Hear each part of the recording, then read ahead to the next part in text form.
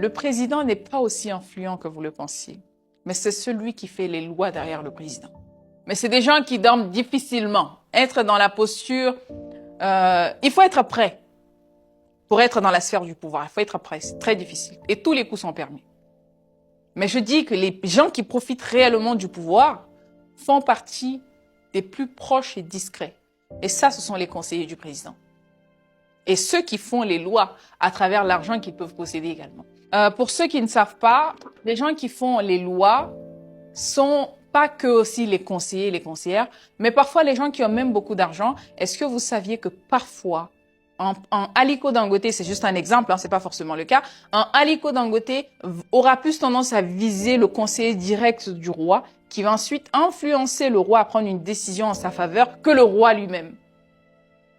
Est-ce que vous le saviez, ça? Ouais. C'est à ce point que le pouvoir peut être subtil et parfois fou, quoi.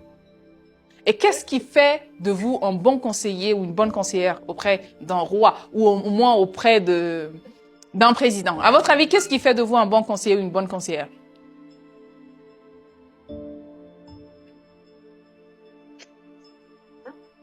Qu'est-ce qui fait de vous un bon conseiller ou une bonne conseillère auprès d'un président? Il y a 3 éléments qui sont indispensables. La crédibilité. La crédibilité vis-à-vis du roi. Ça, c'est la confiance, tout ça. Il faudrait que vous paraissiez une personne de confiance. Deuxièmement. Est-ce qu'on peut ajouter la loyauté? Oui, tout ça, c'est dans la crédibilité. Il faudrait que tu sois loyal, ou du moins qu'ils sentent que tu es une personne loyale, qu'ils sentent que tu es une personne de confiance, qu'ils sentent que tu es une personne qui va pas le lâcher tomber du jour au lendemain. Donc, la crédibilité va de pair. C'est pour ça que c'est très important de travailler sur votre caractère. Si vous êtes réputé pour être une personne malhonnête, jamais de la vie, un roi il va le faire peut-être par mauvais choix, mais c'est difficile de vous choisir en tant que conseiller ou conseillère quand vous êtes malhonnête déjà à la base. Donc, veillez sur votre réputation, c'est très important. Première chose, c'est la crédibilité que vous allez bâtir. Encore une fois, je reviens au personal branding. Le personal branding va vous amener dans des sphères que vous imaginez même pas. La première ou le premier critère qui fera de vous le conseiller ou la conseillère d'un roi, c'est d'abord votre crédibilité. La deuxième chose qui fera de vous un bon conseiller ou une bonne conseillère auprès d'un roi ou un président, c'est quoi? Pardon? De savoir comment parler. La communication. Voici un deuxième élément qui fera de vous un bon conseiller ou une bonne conseillère d'un roi.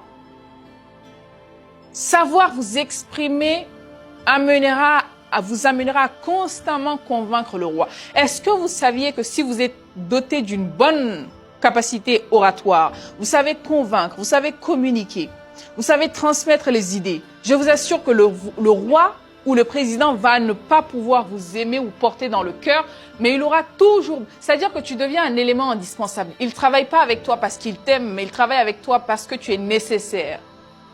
Moi, je préfère qu'on travaille avec moi par nécessité plutôt que par simplement lien ou émotion. Oui, je l'aime bien, je l'apprécie, non. Je préfère que tu travailles avec moi parce que tu reconnais mes compétences, tu reconnais ce que j'ai de plus précieux. Ça, c'est un deuxième élément un deuxième critère qui va être très important pour faire de toi un bon conseiller ou une bonne conseillère auprès d'un roi. Le troisième élément, c'est quoi? Est-ce qu'il n'y a pas de la disponibilité? C'est la connaissance, tout simplement. Okay. Comment peux-tu conseiller un président quand tu connais pas grand-chose? C'est pas possible. Tu dois avoir une capacité d'analyse très profonde. Tu dois être doté, en fait, d'un sens d'observation remarquable.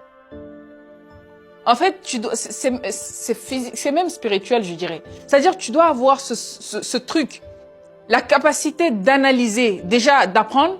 Tu dois avoir la capacité d'apprendre très facilement et rapidement. Tu dois avoir la capacité également d'avoir ce qu'on appelle une analyse comparative entre les différents états du monde. Avoir une connaissance bien approfondie dans l'histoire du monde du pouvoir, de la politique. Parlant par exemple Cléopâtre, à son temps, qu'est-ce qu'il a fait? Quelles sont les erreurs qu'il a eu à commettre? Quelles sont les choses que tu peux éviter à ton président ou ton roi? Tu dois constamment t'armer de ce genre de connaissances sur l'histoire, sur la géographie, sur la géopolitique mondiale. Tu dois constamment apprendre également et toujours dans l'apprentissage, un élément qui va être très indispensable pour un conseiller ou une conseillère politique. Vous savez c'est quoi? Vous savez c'est quoi? Non. Non, non. C'est la capacité à manipuler. Ah oui! Je sais que beaucoup de personnes seront subtiles là-dessus, mais moi je vous dis comme c'est, votre faculté à comprendre la psychologie humaine va vous démarquer en tant que conseiller ou conseillère. Les gens ne se rendent pas compte des choses. Et la communication va toujours avec la psychologie humaine. Au cas où vous ne le savez pas. On ne peut pas devenir un excellent orateur sans être un très bon manipulateur. C'est pas possible. Après, encore une fois, comme je le dis, votre moralité, c'est à vous d'en juger en fonction de ce que vous voulez faire. Oui, c'est bien de manipuler, c'est pas bien de manipuler. Dans tous les cas, tout le monde manipule tout le monde. Même l'enfant que vous accouchez aujourd'hui vous manipule. Moi, je pense qu'il y a une question d'équilibre à avoir. Il y a de ces niveaux à ne pas dépasser. Il y a une dose à ne pas dépasser. Mais sinon, la triste réalité, c'est que tout le monde manipule tout le monde. Même l'enfant qui vient de naître. Quand vous le prenez, il se tait. Quand vous le posez, l'enfant continue à pleurer. C'est quoi si c'est pas de la manipulation? Tout le monde manipule tout le monde. D'accord? Les enfants ont souvent très tendance à tester les parents. Pourquoi? Parce que c'est une façon de manipuler vos faiblesses, de tester vos limites. Ça, c'est de la manipulation. Et ça se voit dans les grands livres de psychologie qui existent. Donc,